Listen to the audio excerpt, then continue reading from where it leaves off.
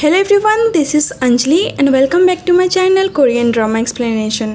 आज मैं love in contract part 2 को एक्सप्लेन करने जा रही हूँ। अगर आपने इसके फर्स्ट पार्ट को नहीं देखा है तो प्लीज़ आप लोग देख लीजिए, जो कि मेरे चैनल के आई बटन में मिल जाएगा और मैं इसका लिंक भी डिस्क्रिप्शन में प्रोवाइड कर दूँगी। एक और चीज़ फ्रेंड्स, प्लीज़ आप सभी मेरे चैनल को सब्सक्राइब कर दीजिए ताकि मुझे ऐसे ही मोटिवेशन मिलती रहे और मैं जल्द से जल्द आप सबके लिए इसके बाकी पार्ट्स भी लेकर आऊँ। सो आप सबको ज़्यादा देर ना कराते हुए हम वीडियोस की तरफ बढ़ते हैं।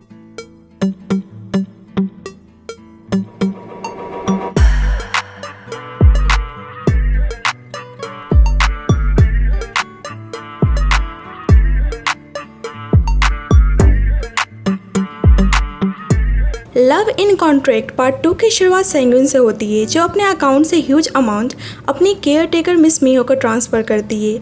यहाँ उसने बहुत पहले उनसे प्रॉमिस किया था कि वो उनको पैसों की कमी नहीं होने देगी। यहाँ सेंगुन के थ्रू एक फ्लैशबैक देखते हैं, जहाँ सेंगुन इना ग्रुप की इकलौती हायर थी और उसकी केयर टेकर मिस मिहो गैंगजिन ग्रुप के किसी हायर से उसकी शादी करवाना चाहती थी ताकि उनका बिजनेस और ज़्यादा स्ट्रॉन्ग हो जाए, लेकिन सेंगुन उन्हें मना कर देती है और वो उस समय केवल 20 साल की थी। बैक टू द प्रेजेंट, सेंगुन 13 साल से मिस मिहो को पैसे भेज रही थी, लेकिन अब वो सोच के खुश हो रही थी कि क्या होगा उनका अगर वो उन्हें पैसे देना बंद कर देगी। जब भी उसके पास मिस मिहो की कॉल आती है और वो उसे मिलने के लिए एक रेस्टोरेंट में बुलाती हैं। सेंगुन तो पहले ही उनसे खफा थी, इसलिए आते आते कहती है कि वो उनके बुलाने पर नहीं आई है, बल्कि उसे उनसे कुछ बात करनी है। ये सुन के वो सेंगुन के लिए टी ऑर्डर करने जाती हैं और यहाँ सेंगुन सोच रही होती है कि वो मिस मिहो से बदला लेने के लिए 13 साल से उनको पैसे देते हुए आ रही है, लेकिन अब वो उनको पैसे देना बंद करना चाहती थी क्योंकि वो मिस मिहो को खुद के सामने कमजोर होते हुए देखना चाहती थी जब भी उसका रिवेंज पूरा होता, और ये चीज वो आज ही करने वाली थी।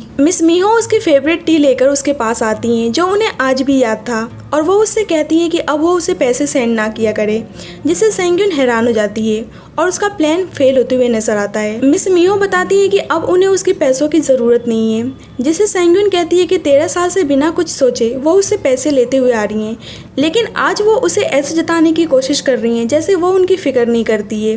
वो उन्हें टॉन्ट मारते हुए कहती है कि लोगों को लगता है कि वो उसकी लाइफ सेवियर है, लेकिन सच्चाई उन दोनों को ही पता है। इतना कुछ सुनने के बाद भी मिस मिहो बिल्कुल रिएक्ट नहीं करती हैं। कुछ सोचने के बाद सेंगुन खुश होते हुए कहती है कि सही है, अब वो और ज़्यादा रिच हो जाएगी, और वहाँ से जाने लगती है, जिससे मिस मिहो उसे रोक कर कहती है कि बहुत टाइम से उसने उनसे सही ढंग से बात नहीं की है और वो उसे अपने पास बैठ के कॉफ़ी पीने के लिए कहती हैं। लेकिन सेंगुन उस रात का इंसिडेंट भूली नहीं थी। वो गुस्से में कहती है कि उन्होंने कैसे सोच लिया कि वो उनके साथ बैठ के कॉफ़ी पिएगी, और वहाँ से वो चली जाती है। जब भी हम उस रात का इंसिडेंट देखते हैं जब गैंगजिन ग्रुप के सारे फैमिली मेंबर्स डिनर कर रहे थे और सेंगुन वहाँ गुस्से में आके सब कुछ तहस कर देती है क्योंकि उसे गैंगजिन ग्रुप में शादी नहीं करनी थी, और शायद उसी रात हेजिन ने सेंगुन को देखा था और जिससे उसे सेंगुन से फर्स्ट साइट लव हो गया था। जिहो इंट्रोवर्ट काइंड पर्सन था, इसलिए वो ज्यादा किसी से बातचीत नहीं कर पाता था, इसलिए आज वो अपने काउंसलिंग में आया है, जहाँ सिखाया जा रहा था कि लोगों से किस तरीके से बात करते हैं। उनकी काउंसलर उन सबको असाइनमेंट देती है जिसमें कुछ क्वेश्चंस होते हैं जिन्हें उन लोगों को अपने फ्रेंड्स या अपने कलीग्स या अपने फैमिली मेम्बर से पूछ के फिल करना था ताकि वो एक दूसरे से बात कर सके। बाद में एक क्लाइंट सेंगुन को अपनी एक डॉटर के स्कूल में ले जाता है, जहाँ वो चिल्ला चिल्ला के सेंगुन को उसकी मदर इंट्रोड्यूस कराने लगता है, जिससे वो बच्ची रोने लगती है और सेंगुन गुस्से में वहाँ से बाहर आ जाती है और वो एक बच्चे की पिक्चर को नोटिस करती है जो बिल्कुल ही खाली था। जब भी वो क्लाइंट उसके पास उसे वापस लेने के लिए आता है, जिससे सेंगुन उस क्लाइंट पर गुस्सा होने लगती है कि उसने कॉन्ट्रैक्ट उससे एज अ वाइफ साइन किया था, ना कि मदर, जिससे वो आदमी उसे जबरदस्ती अपने डॉटर के पास ले जा रहा होता है। और वैसे ही सेंगुन उसे किक करने जा ही रही होती है, लेकिन वो रुक जाती है और यहाँ सेंगुन का एक अलग ही स्वैग देखने को मिलता है। बाद में सेंगुन अपना मूड फ्रेश करने के लिए गोंगनम के साथ एक रेस्टोरेंट में जाती है और वहाँ स्कूल में हुए सारे इंसिडेंट को बता रही होती है। दूसरी साइड हेजिन भी उसी रेस्टोरेंट में आया हुआ होता है और वो अपने मैनेजर से उसके लिए एक न्यू अपार्टमेंट देखने के लिए बोलता है, क्योंकि वहाँ उसे बहुत सारे लोग स्टॉक किया करते थे और वो बहुत ज़्यादा परेशान हो गया था। जब भी गोंगनम की नज़र हेजिन पे पड़ती है और वो उसके बारे में सेंगुन को बताता है, जहाँ सेंगुन उसको पहले से ही जानती थी क्योंकि एक पॉपुलर एक्टर था और उसने भी उसके काफ़ी ड्रामास देख रखा था। गोंगनम को पहले से ही पता था कि हेजिन के बारे में बहुत सारे रूमर्स फैले हुए हैं, इसलिए वो उसके साथ फ्लर्ट करने के लिए उसके पास जाता है। जब भी सेंगुन के पास जिहो की कॉल आती है और वो उसे अपने असाइनमेंट में दिए गए क्वेश्चंस को पूछने लगता है, जैसे कि उसे कौन सा ब्रांड पसंद है, उसका फेवरेट ड्रामा कौन सा है, ब्ला ब्ला। जिससे सेंग्यून अपना फेवरेट ड्रामा स्क्विड गेम बताती है और वो स्क्विड गेम लिखता है, जिससे पता चलता है कि जिहो को एंटरटेनमेंट इंडस्ट्रीज में भी ज़्यादा कुछ इंटरेस्ट नहीं है। जब भी उसने इतने पॉपुलर ड्रामे का भी नाम गलत लिखा, असाइनमेंट कंप्लीट होने के बाद वो सेंग्यून को लेट कॉल करने के लिए सॉरी बोल के कॉल कट कर देता है। यहाँ साफ पता चल रहा था कि जिहो का कोई फ्रेंड नहीं था, इसीलिए उसने सेंग्यून को कॉल किया था क्वेश्चन पूछने के लिए। सेंग्यून को समझ में नहीं आता है कि आखिरकार अभी उसके साथ हुआ क्या। वो जिहो के ऐसे बिहेवियर से बिल्कुल कंफ्यूज नजर आ रही होती है। दूसरी साइड गोंगनम हेजिन को इशारे कर रहा होता है, जिससे हेजिन को लगता है कि शायद वो कोई रिपोर्टर है और वो उसकी वीडियो बना रहा है। इसीलिए वो धीरे से अपने मैनेजर को उसके बारे में बताता है। मैनेजर को लगता है कि शायद उसने रिकॉर्ड कर लिया कि हेजिन अपना अपार्टमेंट को चेंज करने वाला है, इसलिए वो उससे उसका फ़ोन मांगता है। लेकिन गोंगनम कहता है कि उसे हेजिन में इंटरेस्ट है, ना कि उसमें। मैनेजर को लगता है कि शायद कोई न्यूज़ स्कैंडल हो जाए, इसलिए वो उससे गोंगनम का फ़ोन ज़बरदस्ती लेने की कोशिश करने लगता है, जिससे सेंग्यून भी ये सब देख लेती है और वो भाग के उनके पास आती है। सेंग्यून मैनेजर को छुड़ाने की कोशिश कर रही होती है, लेकिन गोंगनम को छोड़ नहीं रहा होता है। और दूसरी साइड हेजिन अपना चेहरा छुपाए बैठा हुआ होता है और इसी कारण वो सेंग्यून को देख नहीं पाता है। सेंग्यून हेजिन पर गुस्सा कर रही होती है, लेकिन वो वहाँ से अपना फेस छुपाए निकल जाता है और सेंग्यून जैसे तैसे करके उन दोनों को स्टॉप करती है। बाद में सेंग्यून और गोंगनम वॉक करते हुए जा रहे होते हैं, जहाँ सेंग्यून नोटिस करती है कि गोंगनम अपसेट दिख रहा है, इसीलिए वो उससे उसका सैडनेस का रीज़न पूछती है। जहाँ पता चलता है कि गोंगनम की सिस्टर की डॉटर एक लेस्बियन है और वो इन सब का कारण उसकी बहन गोंगनम को ही बता रही होती है, जिससे सेंग्यून उसे समझाती है कि वो सारा ब्लेम खुद पे क्यों ले रहा है, क्योंकि ये सच नहीं है और ये साइंटिफिकली भी वैलिड नहीं था। यहाँ गोंगनम और सेंग्यून का ड्रीम था कि वो किसी न्यू कंट्री में जाके अपनी न्यू लाइफ स्टार्ट करेंगे, जहाँ उन दोनों को कोई भी नहीं जानता होगा।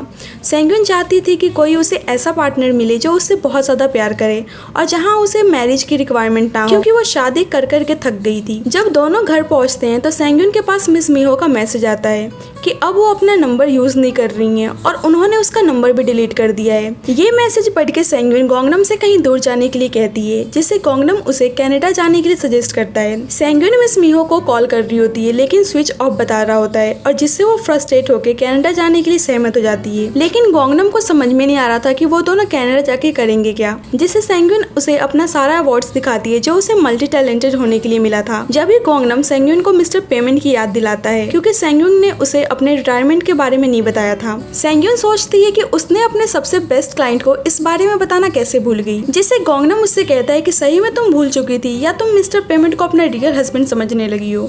वो उसे टीज करता है कि तुम पक्का मिस्टर पेमेंट को लाइक करती हो। अंदर से सेंग्यून को भी पता था कि वो जिहो को पसंद करती है, लेकिन वो एक्सेप्ट नहीं कर रही थी और वो हंस के वहाँ से चली जाती है। बाद में हम जिहो को देखते हैं जो उसी लड़की का पीछा कर रहा होता है और वो लड़की भाग के अपने घर में चली जाती है। नेक्स्ट मॉर्निंग अलार्म बजने की वजह से सेंग्यून जल्दबाजी में उठती है और वो गोंगनम का लेटर पढ़ती है, जिसमें वो उसके रिटायरमेंट के लिए एक गिफ्ट देकर कनाडा के लिए निकल गया था और वो उसे कहता है कि जल्दी से वो मिस्टर पेमेंट का असाइनमेंट पूरा करके वहाँ उसके पास आ जाए।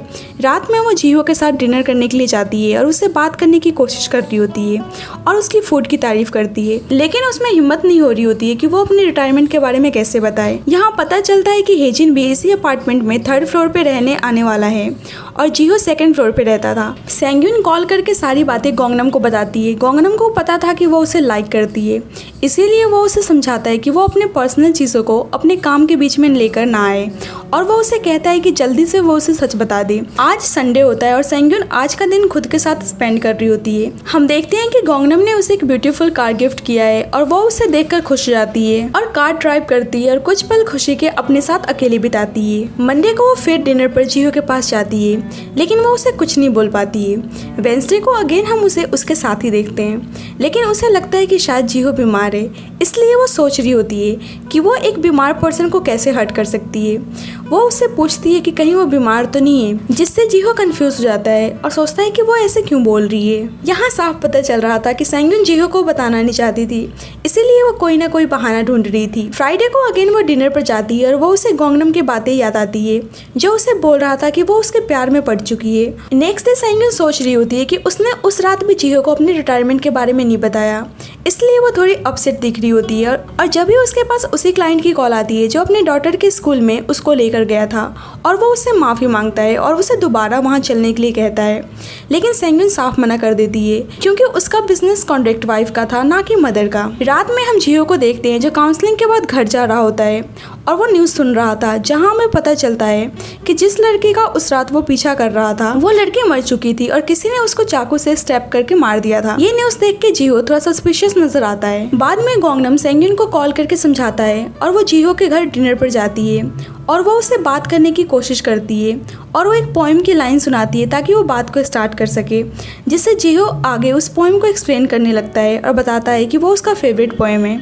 यहाँ देख के साफ पता चल रहा था कि सेंगयुन और ज़्यादा उसको पसंद करने लगी है। सेंगयुन को उसकी आदत हो गई थी, इसीलिए वो उसे सच नहीं बता पा रही थी, लेकिन वो समझती थी कि उससे अलग होना ही उसके लिए ठीक है ताकि वो एक नॉर्मल लाइफ जी सके और यही बेस्ट गिफ्ट हो सकता है उसके बेस्ट क्लाइंट के लिए। इसीलिए नेक्स्ट टाइम डिनर पर जाती है और आज वो फाइनली उसे सच बताने की सोचती है।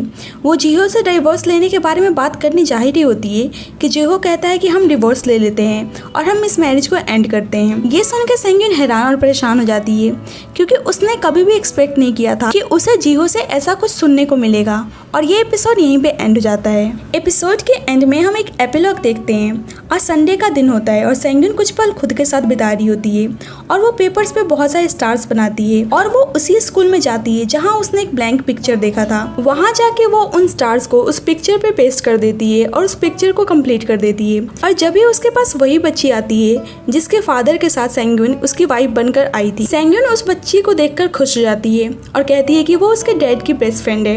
यहाँ पता चलता है कि पिक्चर उसी बच्ची का है और बच्ची अपने पिक्चर को कंप्लीट देख के बहुत ज़्यादा हैप्पी नज़र आ रही होती है। सो फ्रेंड्स, ये एपिसोड यहीं पे ख़त्म होता है। सो अगर आप चाहते हैं कि मैं इस ड्रामे को कंटिन्यू करूँ, so please let me in the comment section and thank you for watching this video. Thank you.